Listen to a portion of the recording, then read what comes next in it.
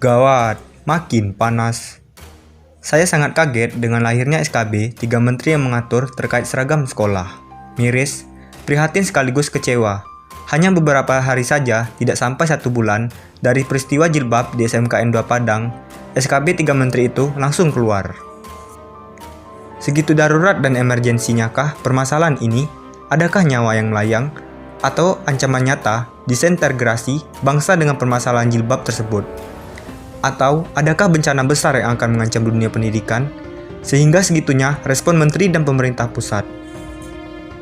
Tidak 1 atau 2 orang guru, kepala sekolah dan praktisi pendidikan yang menjapri saya setelah SKB itu diumumkan. Semuanya mengekspresikan kecemasan dan kekhawatiran terhadap perilaku peserta didik ke depan. Saya sangat memaklumi dan ikut merasakan suasana kebatinan tersebut. Sebab saya juga seorang guru dan pendidikan. Ada beberapa catatan penting bagi saya atas SKB 3 Menteri tersebut.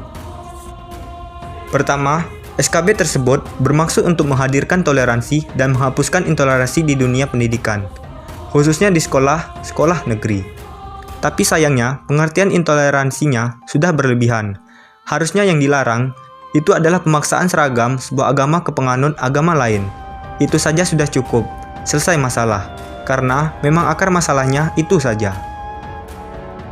Tapi, ini justru kepada yang seagama juga tidak dibolehkan penyeragaman. Sungguh ini sudah keluar dari konteks dan substansi masalah. Apakah para siswi muslimah diseragamkan pakai jilbab dianggap intoleransi? Lalu kalau bebas tak pakai jilbab menjadi toleransi? Khawatirnya malah mengarah kepada sekularisasi. Kedua, SKB tidak sejalan dengan UUD 1945 yang menjamin kebebasan bagi pemeluk agama untuk menjalankan ajaran agamanya masing-masing. Maka memakai jilbab dan menutup aurat adalah kewajiban bagi setiap muslimah. Sehingga ketika sekolah mewajibkan atau menyeragamkan hal itu kepada siswi yang muslimah saja, pada hakikatnya itu telah sejalan dengan agama dan dilindungi oleh UUD 1945. Ketiga, SKB juga telah menafikan adat dan budaya serta kearifan lokal masing-masing daerah, yang juga dilindungi oleh UUD 19 dan juga undang-undang.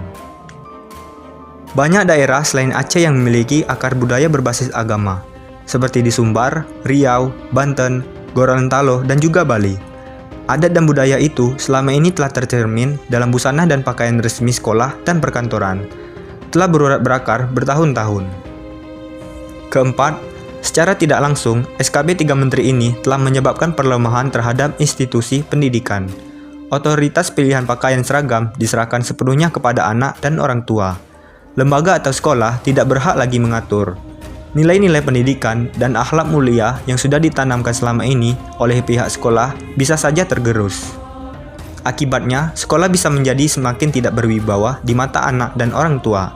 Jangan heran kalau nanti kasus anak atau siswa yang bersikap kurang sopan kepada guru semakin meningkat, termasuk orang tua yang sampai berani bersikap kasar kepada guru, atau bahkan pernah terjadi orang tua yang memukul guru. Di samping itu, kepala sekolah dan guru yang selama ini sudah mulai tertekan dengan ancaman HAM, sekarang ditambah lagi dengan ancaman sanksi karena menertibkan seragam anak-anak didik mereka. Potensi konflik antara anak dan orang tua di satu sisi dan kepala sekolah dan guru di pihak lain akan meningkat.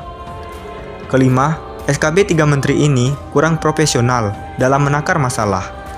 Hanya efek dari sebuah masalah kecil di sebuah sekolah dari puluhan ribu sekolah di negeri di Indonesia. Itu pun masalahnya sudah selesai. Masih banyak masalah-masalah besar dan krusial di dunia pendidikan yang harus diselesaikan oleh pejabat selevel menteri. Apalagi pandemi ini belum berakhir. Belajar daring dengan segala permasalahannya belum bisa diselesaikan. SKB 3 Menteri ini perlu direvisi agar tidak menimbulkan masalah-masalah besar di kemudian hari. Tujuan pendidikan nasional dalam UU Sisdiknas tahun 2003 yaitu mengembangkan potensi peserta didik agar menjadi manusia yang beriman dan bertakwa kepada Tuhan Yang Maha Esa, berakhlak mulia, sehat, berilmu, cakap, kreatif, mandiri, dan menjadi warga negara yang baik akan semakin jauh panggang dari api. Kenakalan remaja yang mereka notabene adalah pelajar dan siswa. Hari demi hari semakin meningkat, baik secara jumlah maupun sejenisnya. Jangan sampai ada tikus yang masuk ke lumbung padi, lumbungnya yang dibakar, bahkan tikusnya yang ditangkap. Bagaimana menurut pendapat Anda?